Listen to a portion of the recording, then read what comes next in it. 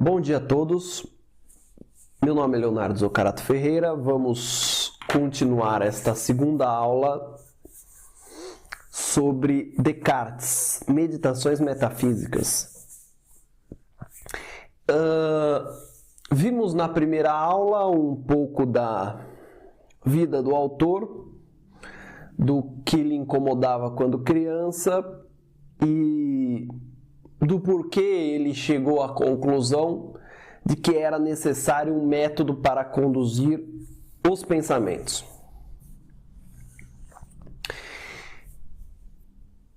Descartes, naquele momento, percebia que talvez fosse o caso de fazer um grande exame interno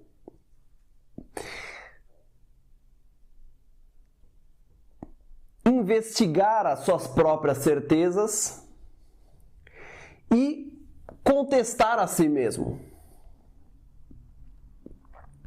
Como eu disse na aula passada, em um determinado momento, Descartes resolveu se alistar na guerra. Em uma das suas missões na Alemanha, na cidade de Ulm, não sei se é assim que se pronuncia, Descartes houve uma parada na guerra por causa do inverno e Descartes acaba ficando isolado numa cidade e, portanto, tem tempo para se entregar a seus próprios pensamentos. E Descartes reflete exaustivamente sobre as suas dúvidas, as suas inquietações, e a sua consciência fica tão perturbada que acontece o evento existencial que talvez seja definidor para o autor fechar questão quanto à sua missão e passar a empreender sua obra. Na noite do dia 10 de novembro de 1619, o autor, isolado numa casa, deita na cama para dormir e no meio da noite ele tem 3 sonhos. Ele tem um sonho, acorda, vai dormir, tem outro sonho, acorda, vai dormir e tem um terceiro sonho.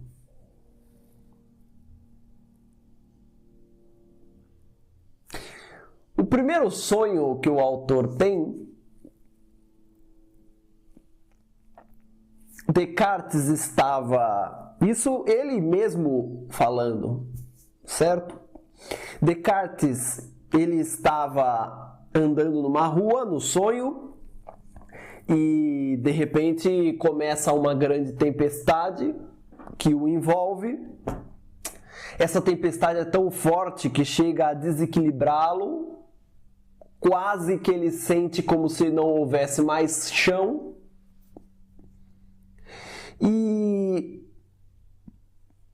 ele procura um abrigo, então ele avista o colégio La Flèche. E aí ele vai em direção ao colégio, porque dentro do colégio tinha uma capela, uma igreja, e lá ele pode rezar para que a tempestade passe. Então ele vai em direção ao colégio, a tempestade é ali, e ele no meio da tempestade, e conforme ele anda em direção ao colégio e, portanto, à igreja, a tempestade fica mais fraca. Em um determinado momento ele está andando, ele passa por um sujeito que não fala nada, mas ele percebe, o sujeito estava parado, ele passa por ele, e ele se angustia porque ele acha deselegante passar por alguém sem cumprimentá-lo. Então ele se desvia da direção que estava indo para falar com esta pessoa que ele não conhece. E quando ele se desvia, a tempestade fica mais forte. Ele então volta ao seu curso novamente em direção à igreja, continua andando e novamente ele está caminhando quando outro indivíduo aí sim o chama pelo nome, meio que do lado. Ele olha para ver e o indivíduo tinha um melão nas mãos que ele trazia da região onde Descartes tinha nascido. E ele acaba se desviando para este sujeito, para ir conversar com ele, que se diz um mensageiro, e o sonho termina.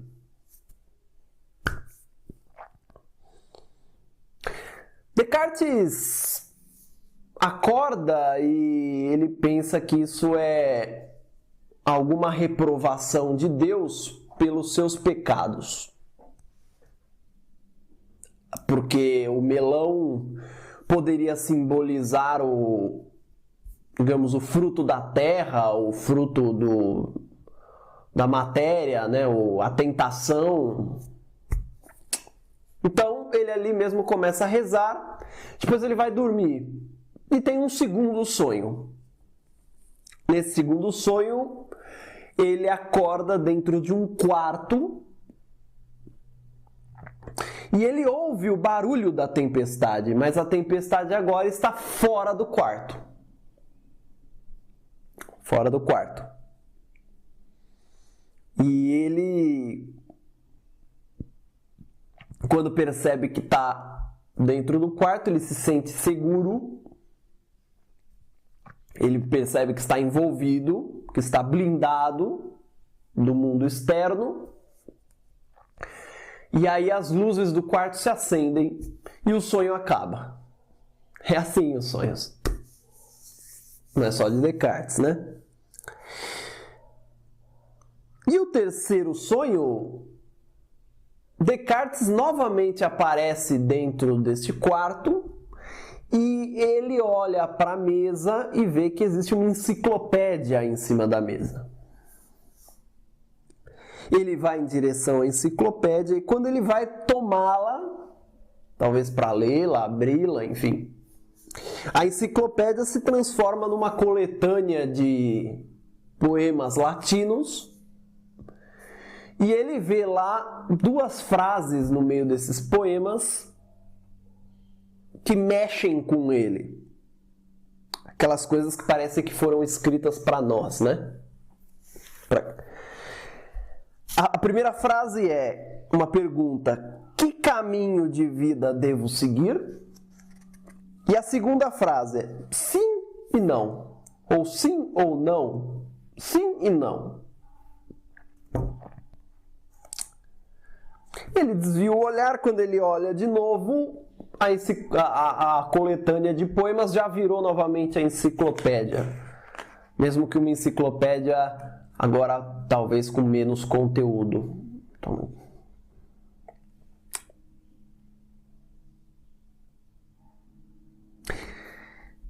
se tem uma razão pela qual eu contei estes sonhos, é porque isso aqui pode ser interpretado de diversas maneiras, né? Os significados, sobretudo depois da psicanálise, não faltará aqueles que sonhariam em interpretar os sonhos, porque você pode interpretar os sonhos a partir desses relatos, mas ao que me parece os psicanalistas precisam da presença também, é muito importante a presença do paciente.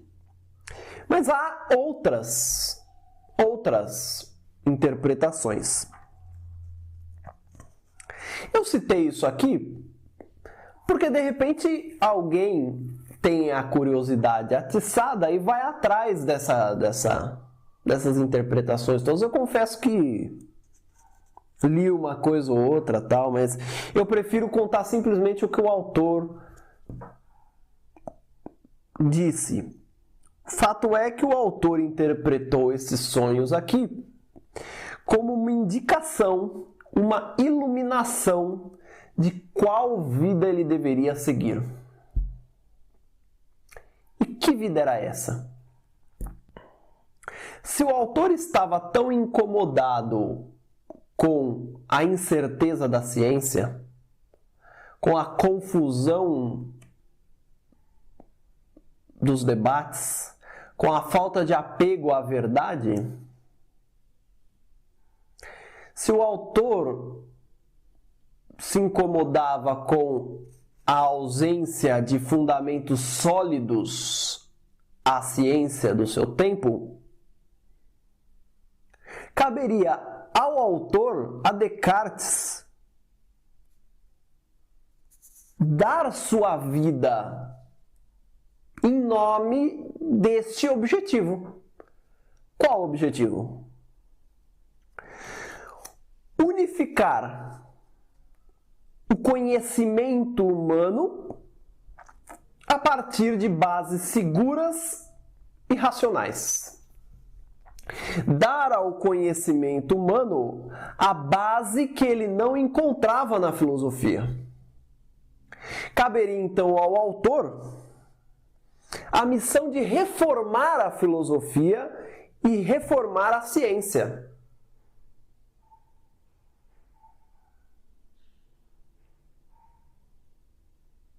Isso porque,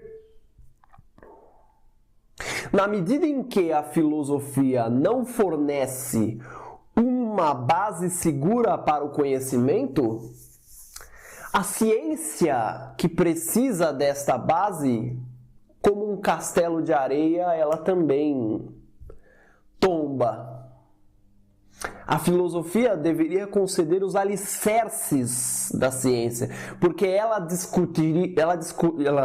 discutiria inclusive a possibilidade de conhecimento humano, a possibilidade do ser humano de conhecer. E se Descartes estava tão incomodado com isso, caberia então a Descartes ir atrás dessa reforma. Por que ficar esperando e reclamando e esperando que os outros façam isso? Vá você fazer. Então Descartes entendeu que esses sonhos eram uma espécie de iluminação, de instigação.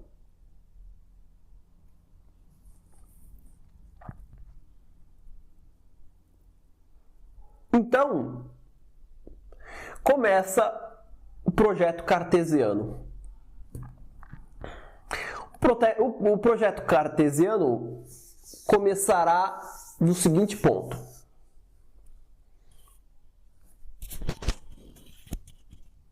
Descartes perceberá o seguinte: não adianta eu tentar construir uma casa, por mais sólida que seja, sobre alicerces frágeis. Por mais bem construída que seja essa casa, se os próprios alicerces não forem sólidos, a casa vai cair. Então, é preciso que eu comece do zero. É preciso que eu submeta toda e qualquer certeza que eu ache que eu tenho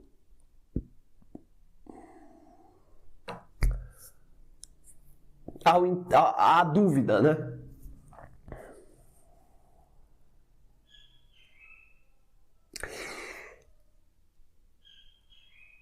É preciso que eu questione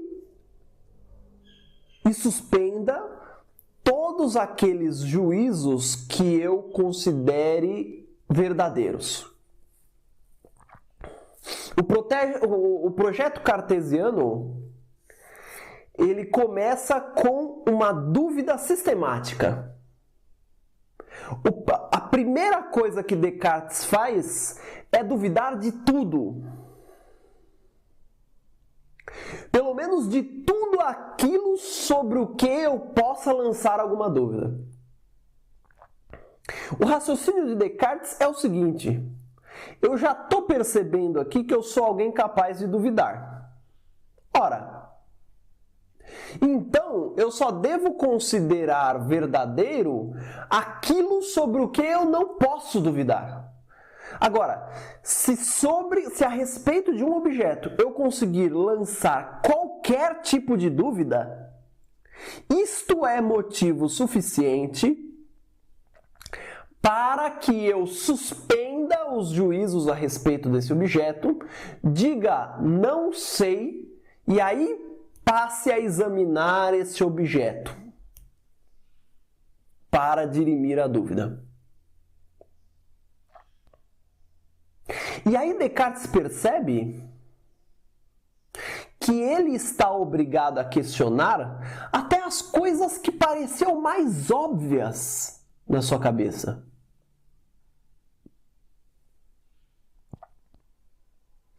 Mesmo aquilo que parecia evidente, que parecia óbvio, que todas as pessoas consideravam óbvias, deveria ele questionar.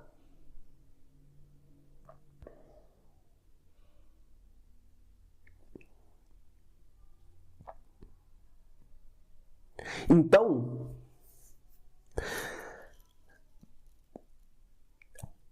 o exercício da dúvida, que é um exercício interior,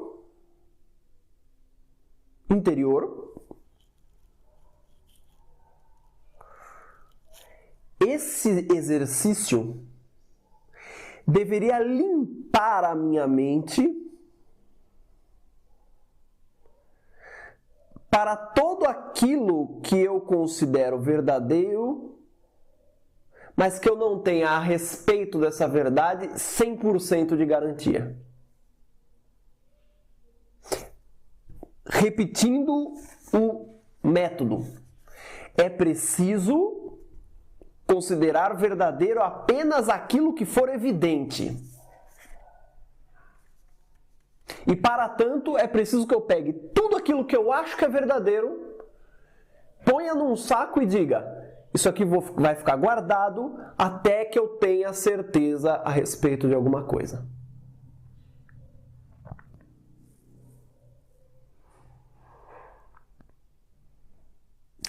Descartes começa a questionar algo que para a maioria das pessoas é óbvio: a validade do conhecimento que nos vem pelos sentidos. E Descartes, para isso, vai procurar mostrar que os sentidos nos enganam. E, portanto, se os sentidos são capazes de me enganar uma vez que seja, quem poderá garantir que eles não me enganam sempre? Então, os sentidos não são uma fonte segura do conhecimento. Portanto, toda aquela ciência baseada nos sentidos, por exemplo, na observação, estaria condenada à incerteza por causa da própria certeza dos meus sentidos. Descartes, existem exemplos simples que podem ser evocados. Vamos supor que você pegue uma caneta. Aqui é uma caneta. Certo? Uma caneta. Com a tampa quebrada. Vamos supor que você pega essa caneta e meça. Então você pega uma régua, veja qual é o tamanho dela, veja qual é a espessura dela. Você está medindo aqui com uma régua, mas a tua medição é a tua visão que calcula a medição do objeto, certo? Vamos supor que você pegue esta caneta, a mesma que você mediu, e jogue num balde com água. Não precisa acreditar em mim, faça isso. Você verá que o formato dessa caneta vai mudar. Talvez ela fique maior, talvez ela fique mais gorda. Ela muda. Ora, no que se refere à visão, no momento A, eu estava vendo a caneta, ela tinha um formato. No momento B, dentro da água, eu estou vendo a mesma caneta, ela tem outro formato. Qual é o verdadeiro?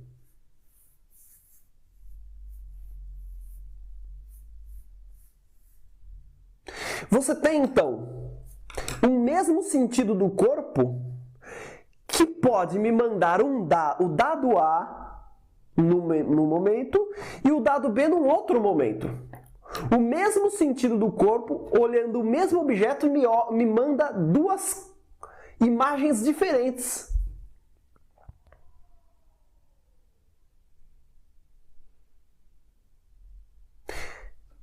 Como garantir qual é a imagem correta da caneta? Se você disser, a caneta certa é a que está na tua mão, fora da água, eu diria por quê? Lembre-se que nós estamos numa aula de filosofia. As coisas não são óbvias. Por quê? Por que necessariamente a caneta que está aqui é a verdadeira, a imagem dela, e a imagem, porque você poderá dizer assim, quando você joga a caneta na água, a água distorce a imagem da caneta. Espera aí. Não é a água que distorce. É a minha visão que... Eu não sou físico, mas... digamos, os raios de luz que saem dos meus olhos para iluminar a caneta quando entram na água, eles sofrem uma distorção.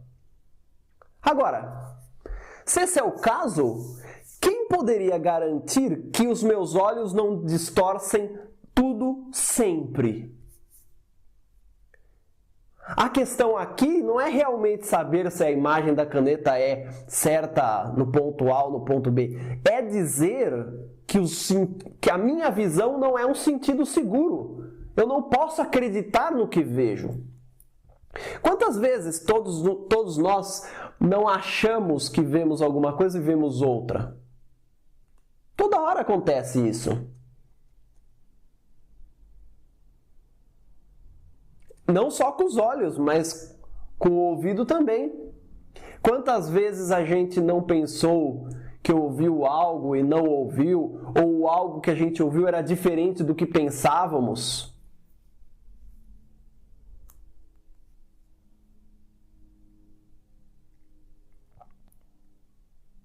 Os sentidos não são estáveis.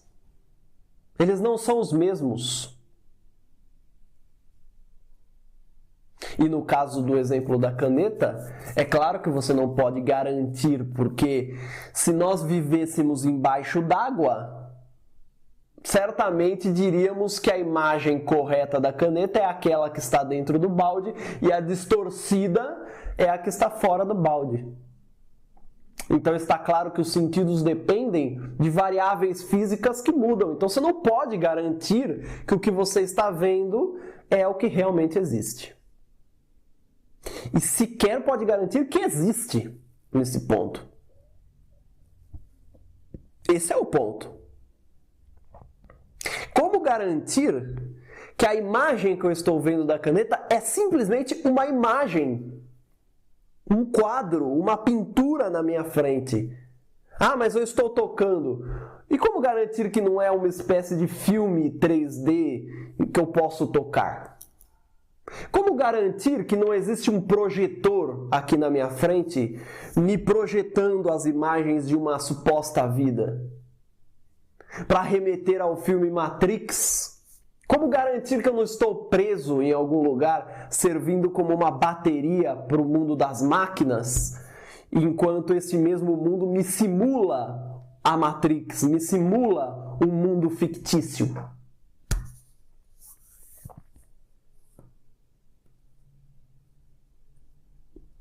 Quando nós pegamos uma moeda, apontamos para o alto e comparamos com o tamanho do Sol, nós temos a impressão que a moeda e o Sol são do mesmo tamanho.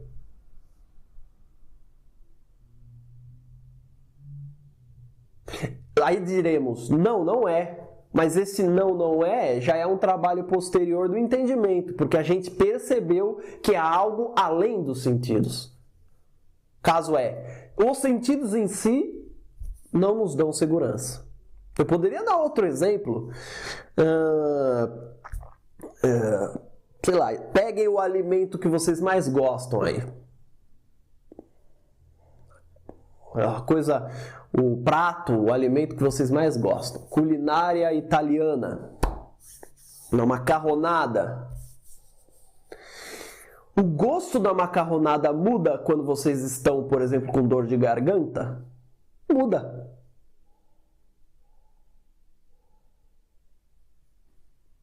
Bom, se muda, pergunta, qual é o gosto correto da macarronada? Aquele quando você diz que está sem dor de garganta ou aquele que quando você diz que está com dor de garganta? Qual é a normalidade? Qual é a verdade? Não há como diferenciar o desvio da realidade, porque você não tem como comparar, você não tem nada seguro para comparar.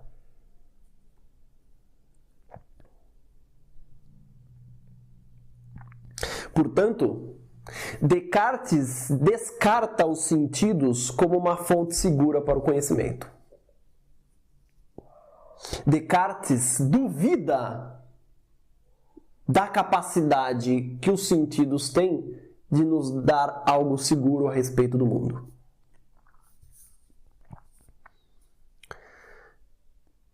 Bom, se Descartes vai duvidar dos sentidos do corpo,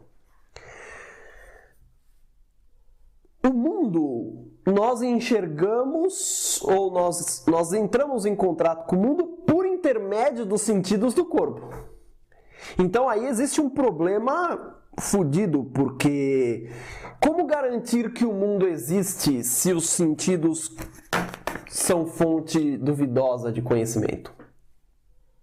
Não é possível garantir. Portanto, é perfeitamente possível que estejamos presos em algum lugar, isolados, e que estejamos experimentando algo que nós achamos que é o mundo. E que pode ser bem um filme passando pela nossa cabeça. Como garantir que o mundo que eu estou vendo existe objetivamente? Mais ainda, olha onde essa coisa vai chegar. O exemplo da caneta eu já percebi. Não dá para saber se isso aqui existe. Porque eu estou vendo com os meus olhos e os meus olhos podem me enganar. Se eu fosse uma mosca, isso aqui seria um objeto completamente diferente. E se eu fosse cego e essa caneta estivesse fora do meu contato, eu sequer saberia que ela existe. E se algum dia um ser humano perder os 5 sentidos, o mundo deixa de existir? Veja quantas perguntas. A dúvida que se interpõe aos sentidos levanta todas essas dúvidas, que são legítimas nesse ponto da reflexão. E pior ainda, vejam só, não vamos falar da caneta, vamos falar aqui do meu braço, da minha perna, da minha imagem no espelho. Quando eu olho para a minha mão, eu estou olhando com os meus sentidos do corpo. Eu posso tocá-la com os meus sentidos do corpo. Eu posso cheirá-la. Eu posso lambê-la, não vou fazer aqui, claro, né? Mas eu posso. E eu terei recados do mundo. Mas esses recados vêm pelos sentidos. Se os sentidos são fonte insegura de conhecimento, como garantir que a minha mão existe? Mas, como garantir que meu corpo existe?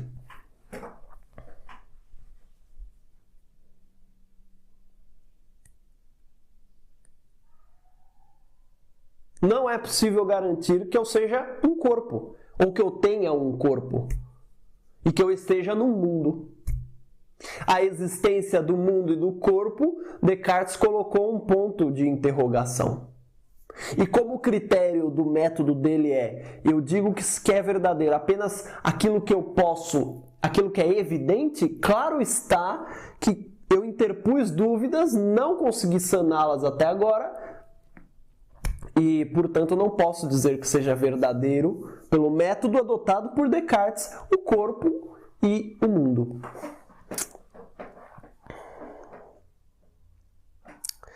Pensando nos conhecimentos que eu aprendi com o meu pai e meus avós,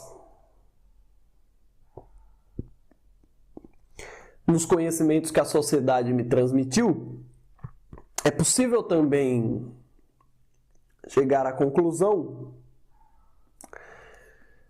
que parte deles me chegaram, parte deles ou todos eles me chegaram, e os que não chegaram estão também viciados por intermédio dos sentidos. Não há então motivo para que eu considere que eles sejam verdadeiros, porque não são certos.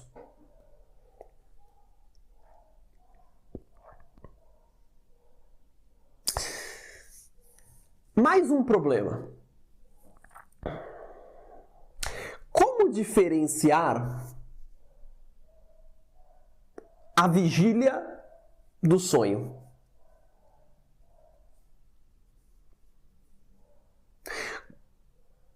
A troco do que nós temos a certeza de que neste momento os senhores e eu estamos acordados, e quando estamos sonhando, não estamos acordados?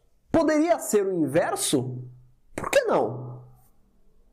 Qual é a garantia que nós temos que a vida, entre aspas, de verdade, ela acontece nos sonhos e ou esta vida que achamos verdadeira também não é um imenso sonho?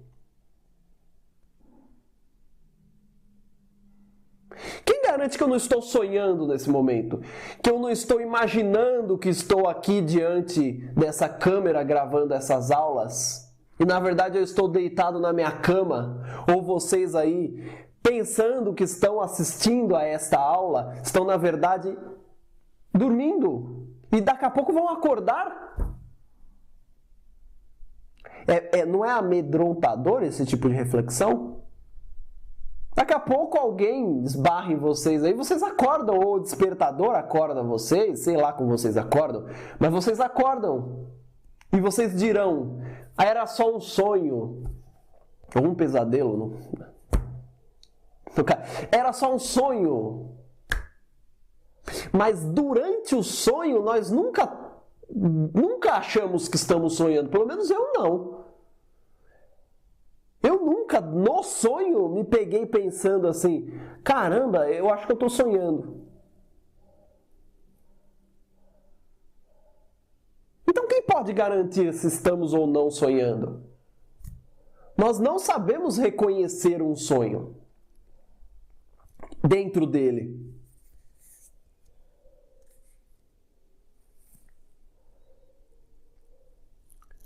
Então eu duvido, inclusive, da minha existência nesse momento. Descartes tinha amor pelas matemáticas, pela geometria, pela aritmética, porque na aritmética 2 mais 2 é sempre 4, porque um triângulo tem 3 lados. E a princípio você vai pensar assim, bom, as certezas da matemática estão imunes a dúvida. Quer dizer, Descartes já duvidou se nós estamos dormindo ou não. Duvidou da sabedoria da sociedade que nós aprendemos. Duvidou dos próprios sentidos do corpo. Duvidou da existência do mundo. Duvidou da existência do meu próprio corpo. Se alguma coisa tem que restar aí é a matemática. Só que Descartes vai azedar o nosso caldo. Porque ele vai dizer assim: eu consigo imaginar a hipótese de que exista um Deus maligno me enganando quanto às certezas matemáticas. Isto é, 2 mais 2 igual a 4. Quem me garante que não existe um Deus, um gênio maligno, que apenas para pregar uma peça em mim, apenas para se divertir comigo, apenas para zombar da minha cara, não imbuta na nossa mente que a resposta à pergunta 2 mais 2 é 4, quando na verdade é 42. Quem me garante que não existe um Deus maligno querendo pregar uma peça que não está me fazendo acreditar que um triângulo tem 3 lados, apenas para zombar de mim? E que, na verdade, um triângulo tem 730 lados. Portanto, tampouco as matemáticas estão imunes à dúvida. Mesmo a certeza matemática não é 100% segura. Porque Descartes é capaz de conceber, como todos nós entendemos, a hipótese do Deus maligno. Ora, se isso passou pela minha cabeça, se eu fui capaz de duvidar desse jeito, é porque essa hipótese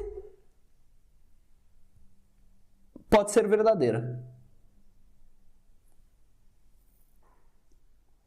E aí, quando Descartes chega a esse ponto, Descartes ele vai dizer uma frase como desabafando para todos nós. Ele vai dizer, abre aspas, e como se de repente tivesse mergulhado em águas muito profundas, estou de tal modo,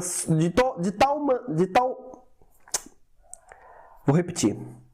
Como se de repente tivesse mergulhado em águas muito profundas, estou de tal forma surpreso que não consigo nem firmar meus pés no fundo. Quando Descartes passa a duvidar de tudo isso, ele passa a duvidar de tudo aquilo que ele concebe a alguma dúvida e de tudo aquilo que ele acreditava existir. Então ele sente como se não tivesse chão.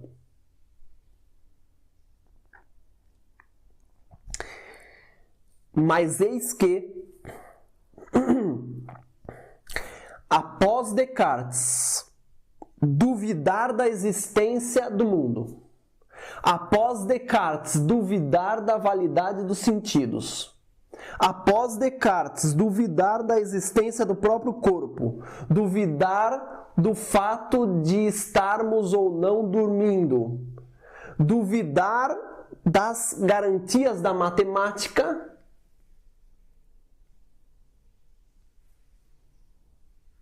Descartes chega a uma certeza. Se eu sou capaz de duvidar a respeito de tudo isso, eu sou capaz de duvidar E, portanto, eu existo enquanto aquele que duvida. E se vocês perguntarem, mas não é possível duvidar de que duvida? Quer dizer, Descartes não pode duvidar de que está duvidando? Não. Porque no momento em que você duvida que está duvidando, você já está duvidando. A dúvida, quer dizer, a minha capacidade de duvidar é uma certeza. Eu duvidei de todos esses objetos, mas uma certeza Descartes alcançou. A que ele é capaz, ele é algo que duvida.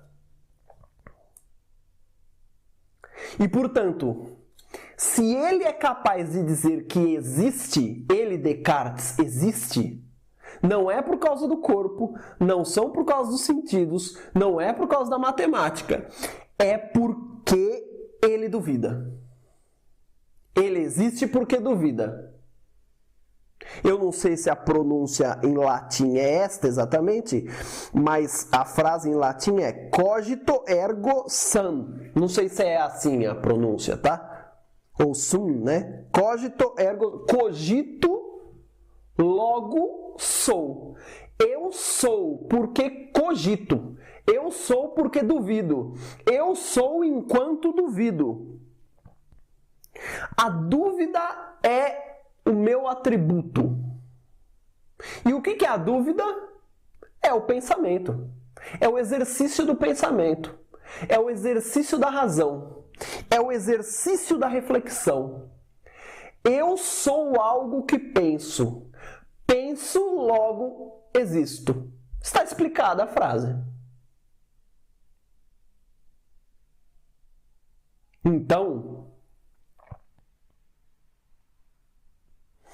Descartes, por detrás, ao submeter sua consciência a todas as dúvidas possíveis, percebe que, no fundo, existe apenas uma certeza intuitiva, evidente, distinta, clara, a de que duvida, a de que é ele quem duvida.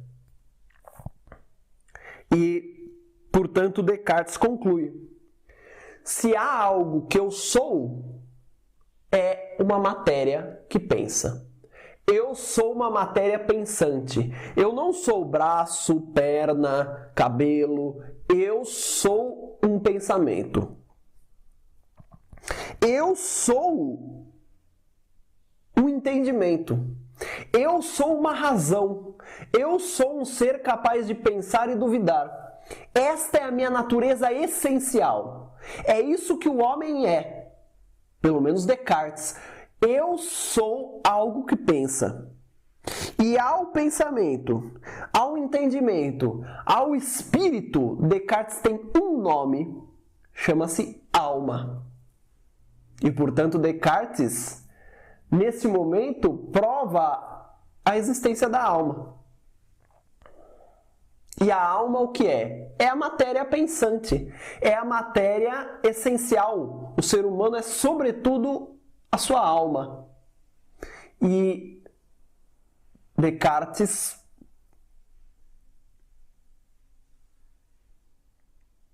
consegue escapar do ceticismo. Porque se o ceticismo dizia que se o ceticismo não dava ao conhecimento segurança nenhuma, estava claro que Descartes precisava encontrar um ponto de segurança, uma base segura, uma pedra fundamental. E ele encontrou isso no cogito, no penso logo existo. Certo? Então,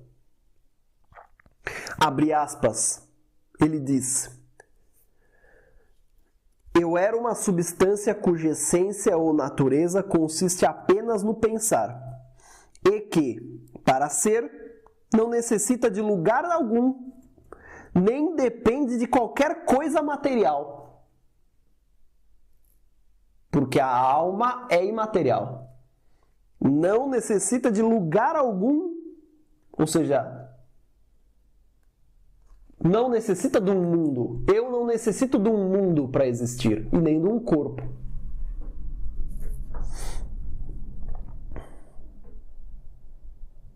E se você considerar a hipótese do Deus maligno, você poderá perguntar: mas e quanto ao Deus que poderia existir para te enganar e te pregar uma peça? Bom, eu penso, logo eu existo, sustenta-se diante também dessa indagação, porque se existe um Deus para me pregar uma peça, eu ainda continuo existindo para ser enganado.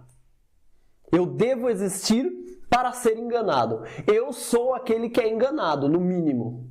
Quer dizer, por mais forte que possa ser esse Deus, ainda assim, ele não pode fazer com que eu nada seja.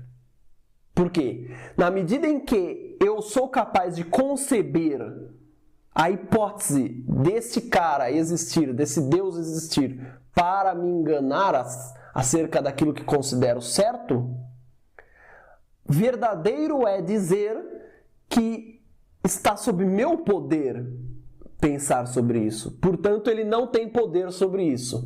Toda vez que eu cogitar, eu já estarei dando uma prova a mim mesmo de que o máximo que ele pode fazer é me enganar, mas ele não pode deixar que eu seja. Então, eu existo para ser enganado. Ainda assim, eu existo. E o que sou eu? Uma matéria pensante.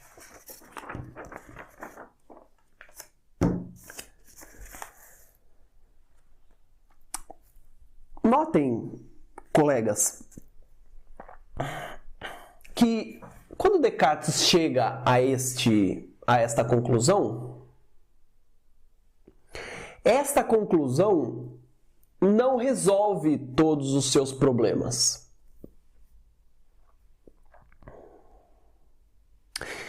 Porque se é certo que penso, logo existo, é certo também que ao redor dessa certeza erguem-se muros de dúvida fudidos. Por exemplo,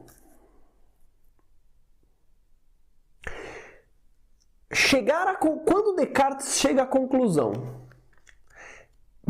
de que ele pensa e, portanto, ele existe, note que o sujeito aí é um sujeito pessoal. Isto é, a frase é: penso, logo existo. Mas existe um sujeito oculto aí que é o eu. Eu penso, logo eu existo. Você vai dizer, e daí? E daí que o fato de Descartes concluir que ele pensa e que ele existe não diz nada a respeito de nós. Então pare para pensar você aí. Na tua mente você acompanhou o raciocínio de Descartes e chegou a essa conclusão: eu penso, logo existo. Bom, e os outros? E os teus familiares? E os teus amigos? E os teus professores? E as pessoas que gostam ou não de você? E eu? Nós existimos? A resposta é: não sei. Por quê? Eu só cheguei à certeza de que existo porque eu constatei dentro de mim a minha capacidade de duvidar e pensar. Mas eu não consigo ver o seu pensamento. Eu não consigo ver o seu cogito, eu não consigo ver a sua dúvida. Quando eu olho para você, eu vejo uma imagem, e a imagem é pelos sentidos. Então, quem pode me garantir que as outras pessoas do mundo não são bonecos, não são máquinas, não são autômatos, não são ilusões da minha mente, não são fantoches. Porque eu não consigo ver o seu cógito. Eu vejo o seu corpo, mas eu não sei se o seu corpo existe.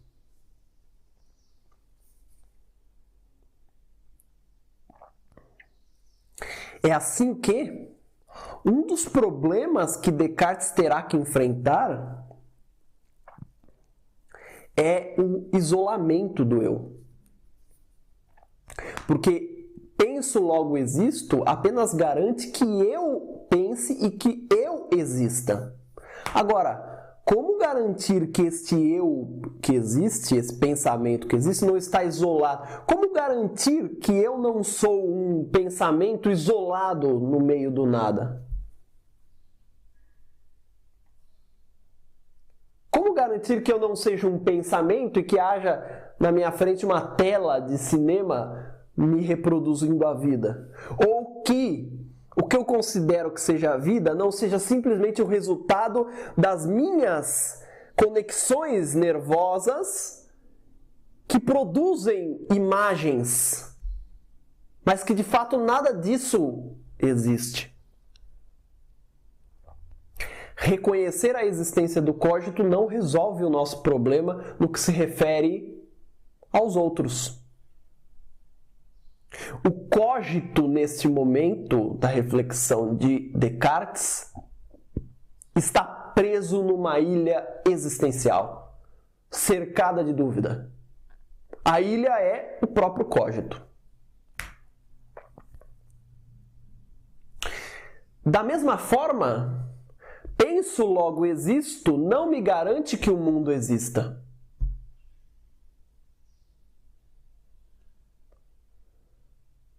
Pelas mesmas razões, eu só encontro o mundo através dos meus sentidos que não são seguros. E o cógito? Bom, por enquanto o cógito não me dá nenhuma garantia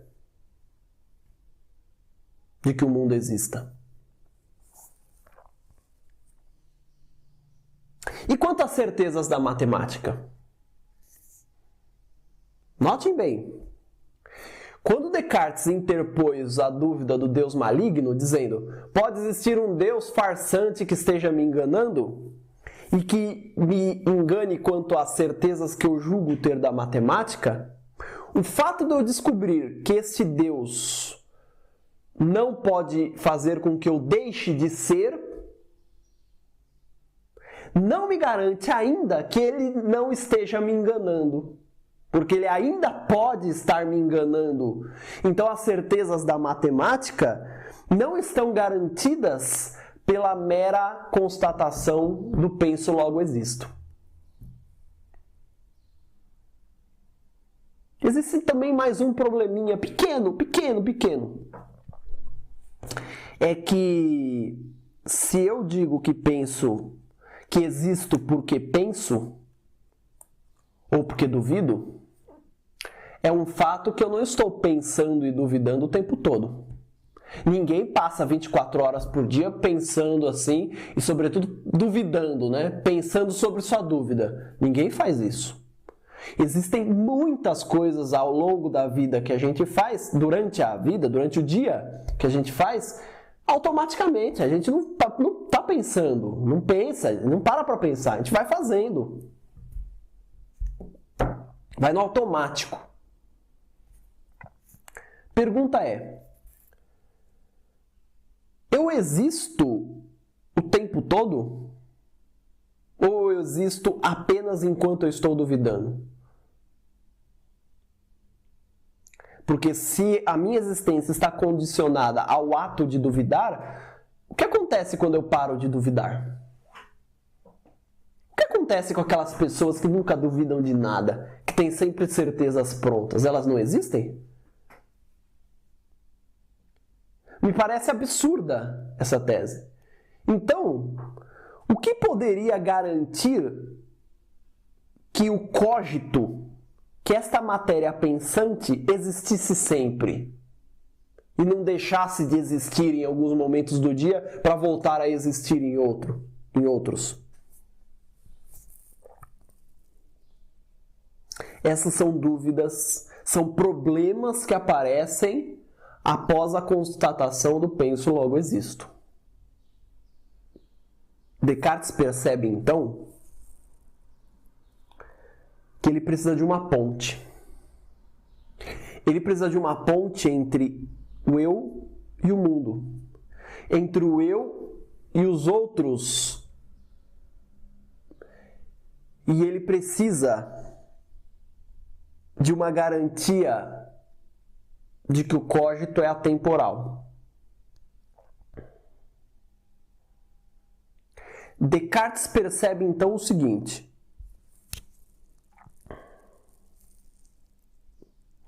se Descartes conseguiu uma primeira certeza fundamental, a de que ele duvida e, portanto, existe,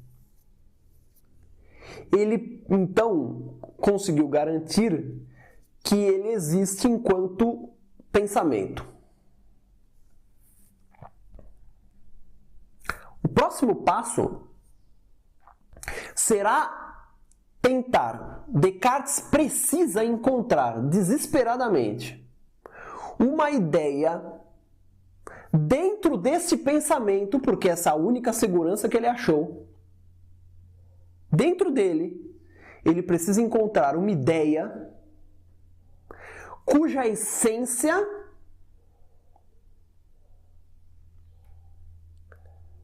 demonstre uma existência fora do cogito. Eu vou propor esse desafio a vocês. Não assistam à próxima aula para não estragar a surpresa.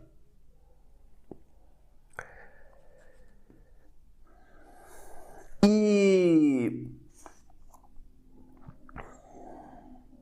tentem resolver esse problema sozinhos, porque sozinhos, sem recorrer à internet, sem tentar ler o livro, não.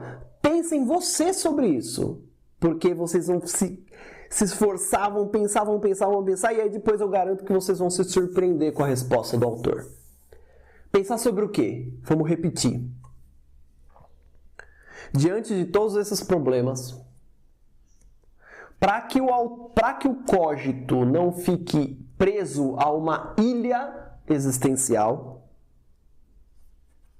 para que o cogito, o pensamento, não fique preso à subjetividade,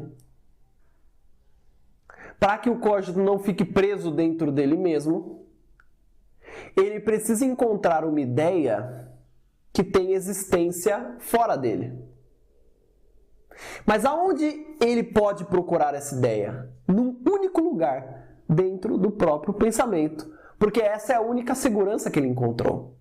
Então ele deve encontrar uma ideia que dentro do seu pensamento intua uma existência fora dele. Entenderam? O desafio para vocês é: encontrem uma ideia cujas características dessa ideia, cujas qualidades dessa ideia permitam a vocês dizerem que essa ideia existe no mundo também. Além da minha própria cabeça, essa ideia exista também no mundo.